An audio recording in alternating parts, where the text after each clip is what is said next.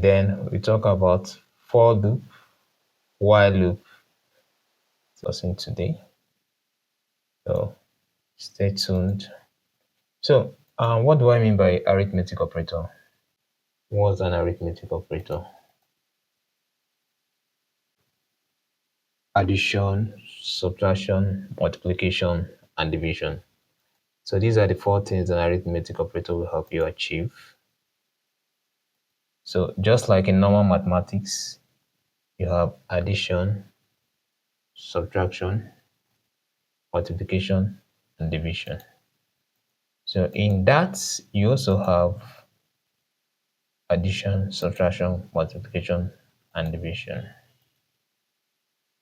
So let's get to the first arithmetic operator. Let's assume that you went to market and you want to know how much you actually spent on 2 items. So remember I said that when you want to measure something you count, you use an integer. We got oil. How many bottles of oil did we get? Bottle of oil is something you can count. It does not have a decimal place. That's why we're using an integer. I say red oil, because that's what we normally use around here. Red oil. Then we bought 1 carton of Indomie. The number of oils we bought is 4. So now we have 4 bottles of red oil. Then we have 3 cartons of Indomie. So altogether, what we have here is the total quantity of items we have here is, this is where we perform the arithmetic operation. Int total quantity. Remember, when you want to write variables, you write them together. The next one is going to start with a capital letter. Total quantity equals to red oil plus Indomie. Print total quantity. We're going to run this. So we have a total quantity of 7. You have a total quantity of 7. So now, if you want to actually know how much we actually bought, how much we actually spent altogether, let's say the price of 1 red oil, let's take it to be 1,000. The price of 1 Indomie, let's take it to be 4,000. So total number of total amount spent on red oil. Now, because we are working with price, and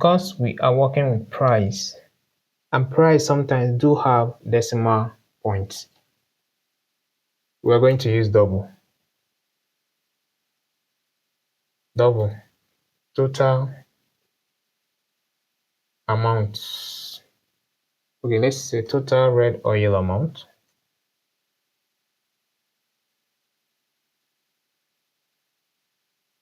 equals to 1 times red oil. So if you noticed, we're actually doing 2 arithmetic operations here. The first one we did was addition. We wanted to know the total quantity of items we bought, which gave us 7. And now we want to know the price for each one. And the price of 1 red oil is 1,000. The price of 1 Indomie is 4,000. Now, the total red oil amount,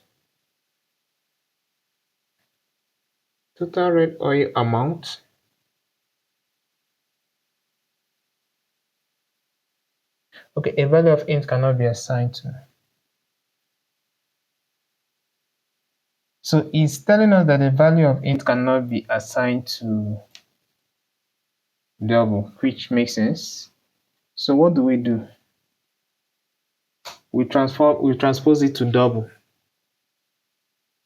So by using this to double, we've automatically converted this integer to double, because I said while we're working with something that has decimal places, price has decimal places. So I always say double are things that can be measured, while integer are things you count. It doesn't have fractional parts, it doesn't have decimal parts. So if you look at it critically in here, we are now working with price, so there is need for us to convert it to double, because sometimes price do have decimal places. So the total amount of red oil will be, sorry, 1 red oil times red oil. So this place is wrong. This place should be 1 red oil. 1 red oil. So 1 red oil times red oil will give us. So let's print it and see.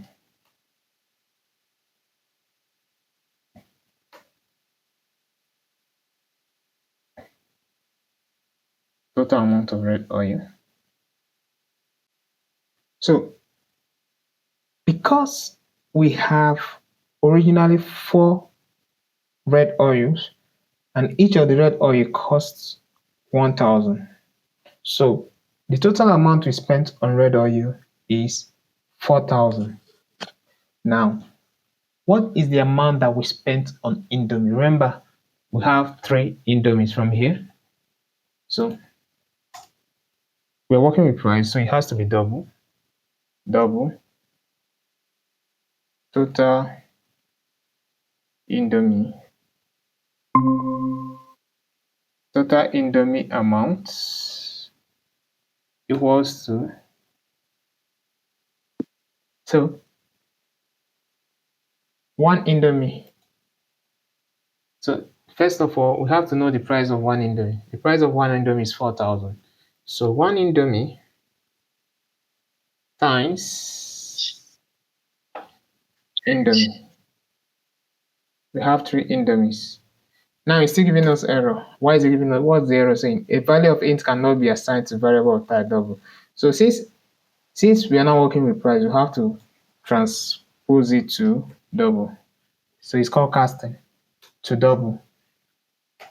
So now print total amount of Indomie. So let's look at the total amount of Indomie. So the total amount that we spent on Indomie is 12,000.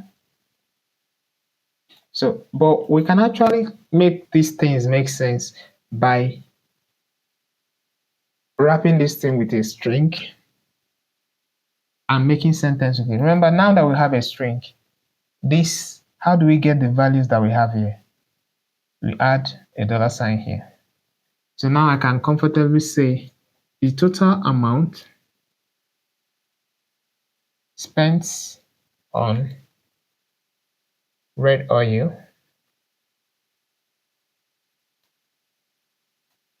is, so I can equally do same for Indomie. I'll just copy this, or let's just do it this way. Because I want to convert this to a string, I'll surround it with double quotes, but I want to get the original value that I obtain here, so I have to add a $sign. So now I can comfortably make my statement. The total amount spent for Indomie is total amount. So now when we run this, we see that the statement is making much sense, unlike initially that we just saw the price. So the total amount spent on red oil is 4,000, and this total amount spent on, sorry for this, spent on, the total amount spent on Indomie, the total amount spent on Indomie is 12,000. Now, remember originally why we started is that we wanted to know how much we spent on items we bought from the market. So now I can comfortably say the total, okay, because I'm still working with price, double total amount spent today. So total amount spent is equals to total amount spent on Indomie, or total Indomie amount plus total red oil amount. So I can print the total amount spent on the market items today is, I'll have to add the dollar sign so that I can get this value. So I pick this value, I add it here. So now I'm going to run this and let's see what it's going to give us.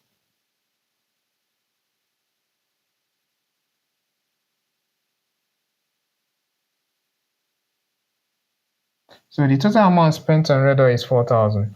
The total amount spent on Indomie is 12,000. So the total amount spent on market items today is 16,000 altogether. Any question? No, sir. So now, what we are trying to learn here is actually, remember, arithmetic operation. And like I said, arithmetic operation has to do with addition, subtraction, multiplication, and division. So now we've done addition, we've done multiplication. Now let's look at division. So what's actually division? Division is you have an item and you're trying to share it amongst a number of persons. Assuming you have you bought 1 crate of egg and you decided to share it among 3 people. How much is each person going to get? So that's where division comes into play. So if we are to actually implement it in code, so first of all, remember, an item you can count, use an integer. An item you can measure, use double. Reason is that things you measure sometimes have decimal places. You can measure height, you can measure weight, you can measure price, you can measure speed. But things that you can count in whole, use integer. So the scenario here is that we want to know how many eggs each person will get in a group of 3. We have 3 friends, they bought 1 crate of egg. 1 crate of egg has 30 eggs. So how much is each person going to get? So first of all, we say int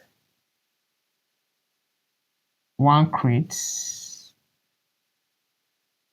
Notice that whenever I'm naming variables, I add the words together, but if you notice, the next word always with a capital letter. So it's normally called camekesin. 1 crate of egg equals to 30 eggs.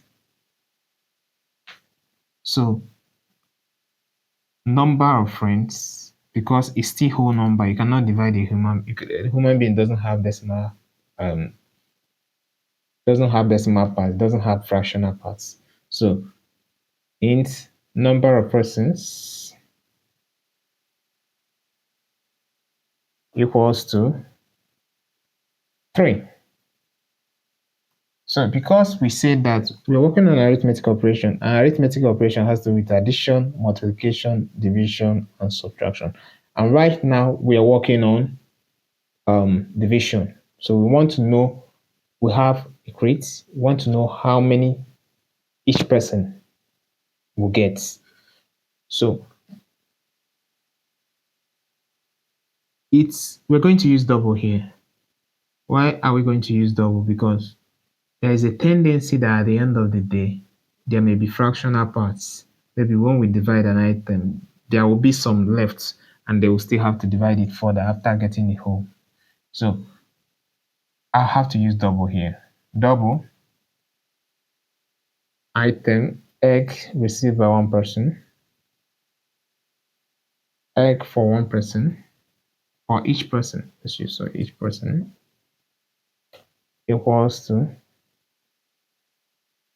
one crate of egg divided by number of persons. So possibly, interesting, we didn't have an error here. Wow, that's nice. We've converted itself. Okay, let's go further. Print the number of eggs received by each person is, because we want to get this value. Remember, whenever we want to get a value from a variable, whenever we want to get this value, you have to use $sign. Egg for each person. So let's run it and see. So the number of egg received by each person is 10 eggs, because they want to share a crate of egg which has 30 eggs inside it. So each person is going to receive 10 eggs. So what of a situation whereby you don't have a complete one crate? What of a situation where we'll have like maybe 29 eggs? So let's see what happens. 29 eggs. So at this point, it's no longer one full crate of egg. So let's just say one carton, because a crate has a specific number. Let's just say one carton that has 29 eggs. Now, did you notice that it has given me error?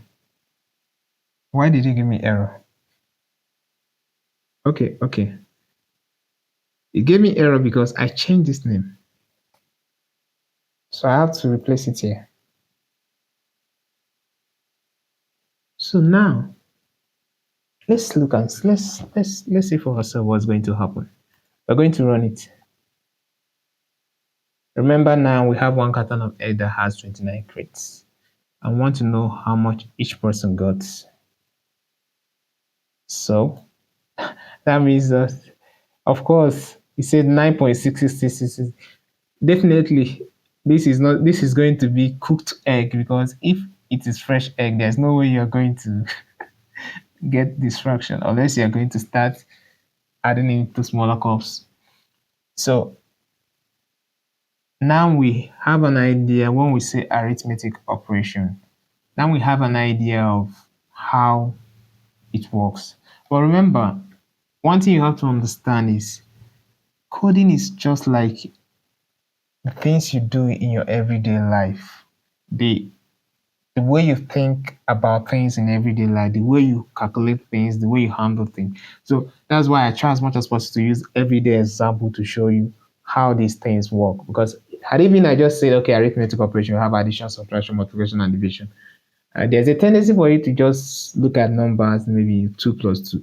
But you have to learn to bring in these things in your day-to-day interaction, day-to-day activity. So that's how you can actually appreciate coding. And if you see, we are being able to really bring this down to the level that you can experience the code in your day-to-day living. So now we've discussed about 3 parts of the arithmetic operation. We have discussed the addition, we've discussed the multiplication, we've discussed the division, which is you have an item and you want to know how many each person in a group is going to get. So you have a certain quantity. How much does each person in a group, how much is each person going to get? Now, subtraction is simply I think we have to use let's use more of money for subtraction. Subtraction are part of arithmetic operation. You have a certain amount.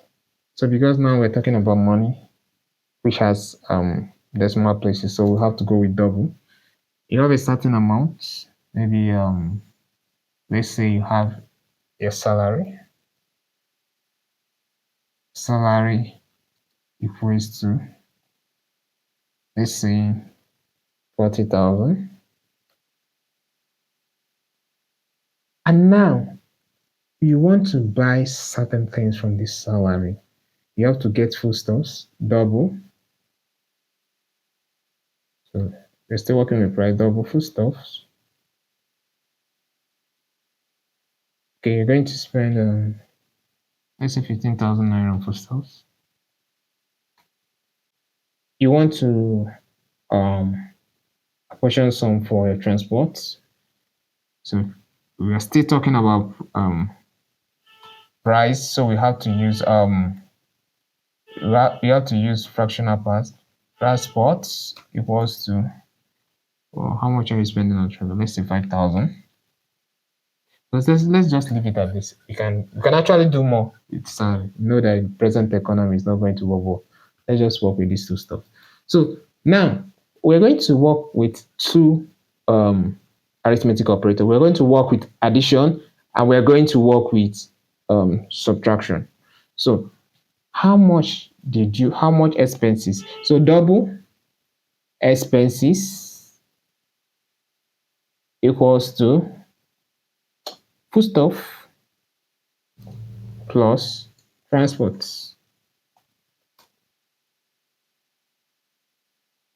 So I can now print the amounts spent on expenses is, I have to use $sign to pick the value of expenses, because if you notice, anytime I'm using $sign, it has to be inside this double quotation. And we know, like we said earlier, double quotation has to do with the string data type. So remember when we did the basic data types, you have the string, the integer, the boolean, the float. So we spent the amount we spent. So at this point, we are using addition operator. This is what we're using. So in this, we're going to use addition and subtraction because we need to know how much is left at the end of the day. So we have double amount left. So at this point, we have to use subtraction because we need to know how much do we have left. So expenses. So I'm going to take this, put it here. So the amount left after expenses is amount left. So let's run it and see what it's going to give us. So the amount spent on expenses is 20,000. Remember the total salary we have. So I think you have to print this. The salary received, the amount received, the salary. So because I want to get this value, salary, I have to add a $sign to it because it's inside double quote. So so that it will all make sense to us. So now I'm going to run it.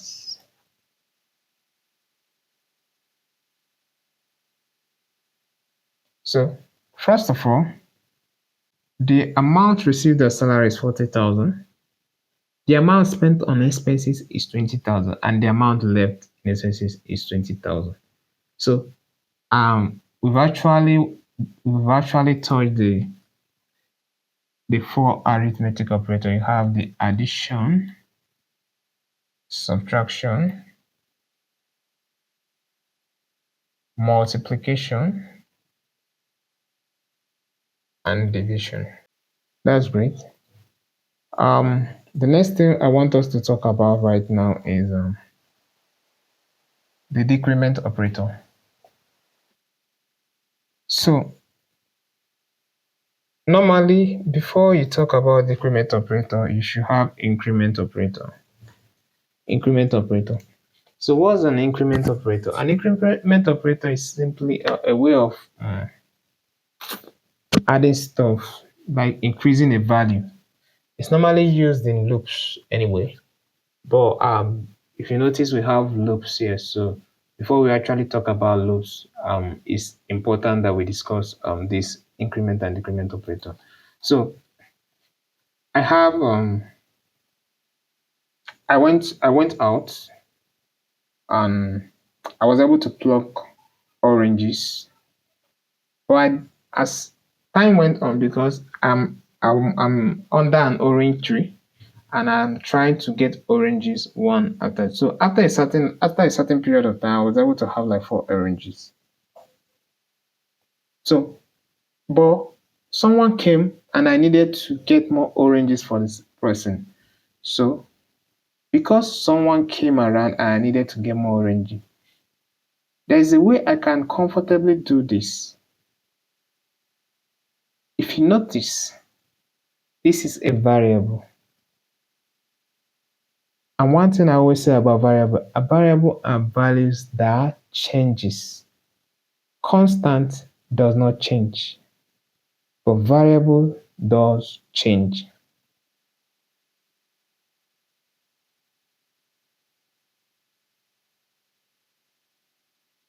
So if I use this, I'm going to show the different scenario, but I want us to really understand when something is a variable and when something is not.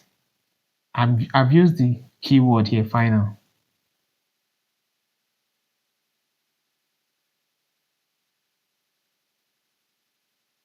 Did you notice it's giving me error? And let's see what it's saying. The variable oranges can only be set once. That was why I have to introduce the keyword final. That's something that does not change. But let me remove it now. See, the error is gone. So I wanted to point out that. So now, when we're talking about increment operator, it's simply plus plus. So we want to increase this orange by 1. So if I should print oranges, remember originally we have 4 oranges. So if I'm to print this, that means we are going to have, we have plus plus. So what does that plus plus mean? That's the next question we actually need to understand. So I'm going to comment this thing out so that it doesn't take our time while printing. So let's run it and see.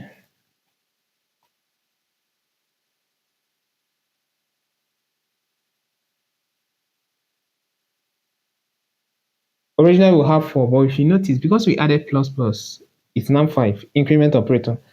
And now let's try something. Plus 2. Originally we did plus plus. So what do you think is going to happen here? Now that I've added, instead of plus plus, I added plus 2. What do you think will happen? Can anyone tell me what will happen if I run the code? It will increase to 6. You think plus equals to 2.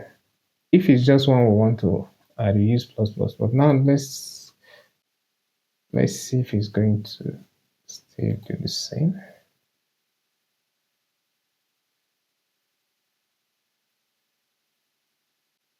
So it's now 6.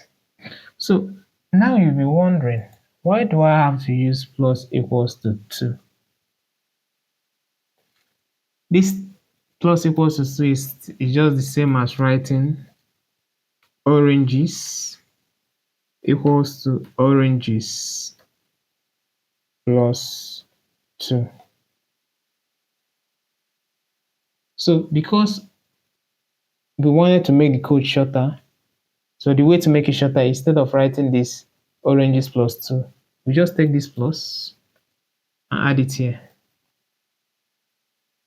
and remove these oranges. So it's a shorter way of doing it. So it's going to give us 6. Now that's increment operator.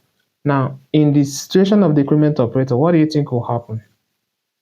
we want to reduce these oranges. We want to reduce the number of oranges. So at this point now, what we'll have is 6 oranges. At this point, we'll have 6 oranges. So we want to reduce 6 oranges equal to, okay, let's say oranges minus minus, because we want to reduce it by 1 digit. We want to reduce it by 1 digit. So we're going to run it now. We did not print. We're supposed to print at the end of the day. So now we run it.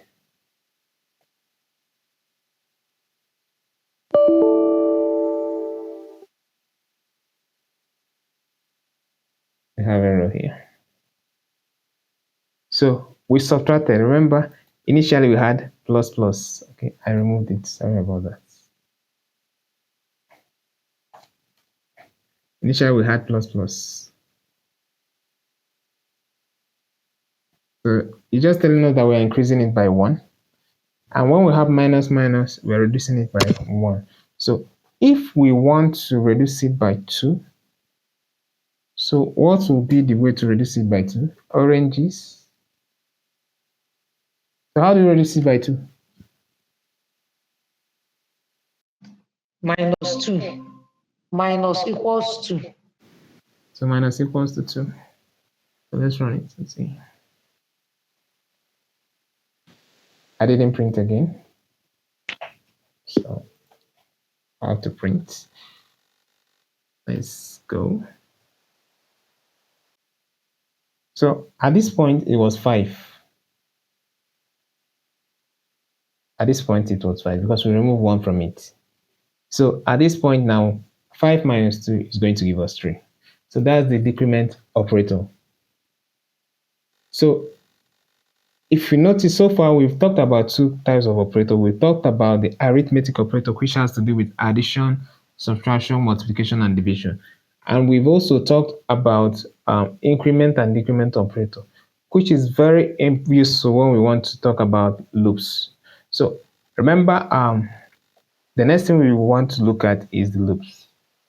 So the for loop. I want to use a very simple everyday example. This is sandwich, but this part of the world we don't take sandwich that much. So I want to use everyday example scenario. Let's create a scenario where we use for loop. So the first scenario is you have 4 people as guests. You're doing a party and you have 4 people as guests. And you have to serve each and every single one of them food. So how do you represent that in code? You have 4 guests and each of them has to be given a plate of food. So that's where the for loop comes into play. So let's take this. We've talked about this. So it should be here. So now we're talking about for loop. So when you want to talk about for loop, there are 3 parts of a for loop. There are 3 parts. But first of all, you have to write for. Then inside the bracket, there are 3 parts. The first part is the initial part. The second part is the starting point. Let's just use the starting point, the ending point, and the increment. So the starting point, int, let's use I. I can stand for item. So the starting point is the first person, which is 0. The ending point, int, I is less than. Because we have how many friends that we have 4? We have 4 guests. I is less than 3. Why we have to look at this increment operator? So now sometimes you may confuse, okay, why do I have to use I? I is simply the same as friend. Can use friend or guests. So it's just a shorter way of presenting your code. I can use guest. Int guest equals to 0. guest is less than 3, so that it would make much sense to us. Guest is less than 3, guest plus plus. So now, if you notice the 4, then inside the bracket there are 3 parts: the starting part, the ending part, and the incremental part. So now, for each and every single person, I want to give each guest a plate of food. So I can write print. So because I want to make sentence, I have to use string, that's double quote. Guests one had, okay, guests, because I want to know if I've served each guest and food. So guest, I will now take the dollar sign because I want to actually get the value of guest. Guest has gotten a plate of food. So, but because it does not actually make sense to have get 0, so I'll have to start from 1. Let me just use starting point and the ending point less than or equals to. I can use less than or equals. Okay, let's just leave it at less than 4, then guess plus plus. So I'm going to run this code. I'll comment these ones out. So remember the scenario, we have 4 guests and we have to serve each and every single one of them food. So let me run it now. So did you notice what we have here? Because I said less than 4, that means that's why it gave me 3. So, but I needed to make sure that they are for less than or equals to 4. So I'll run it again. So guess 1 has gotten, wow, my spelling was terrible. Guess 1 has gotten, so guess 1 has gotten a plate of food. Guess 2 has gotten a plate of food. Guess 3 has gotten a plate of food. And guess 4 has gotten a plate of food. Now, you can actually understand a scenario where you need to use a for loop. You have a number of items in a group, and you want to make sure that any decision you make on one, that it equally affects the rest. So in this scenario, we needed to make sure that each guest has gotten a plate of food, and the only way we can present it is to use a for loop to ensure that each and every single one of the guests got a plate of food. So that's the situation of a for loop. Now, the first question you ask yourself, okay, while loop, what's the difference between a for loop and a while loop? A for loop is to make sure that every single item in a group or every single individual in a group receives an equal treatment. Now, a while loop is a scenario whereby I have 10 items to give out. It doesn't matter the number of people that comes around. So while that item is still remaining, each person that walks into the party will receive an item. So how do I do that? How do I represent it in code? I have to remove it. So you need to really appreciate where you have to use a for loop and where you have to use a while loop.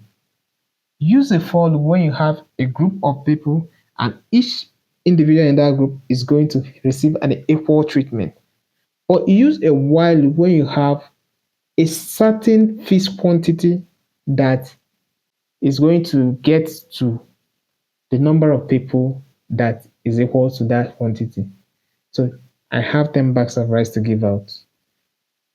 It doesn't matter how many people came around. Once that 10 bags of rice is finished, it's finished. There's nothing more I can do. That's where you use a while loop.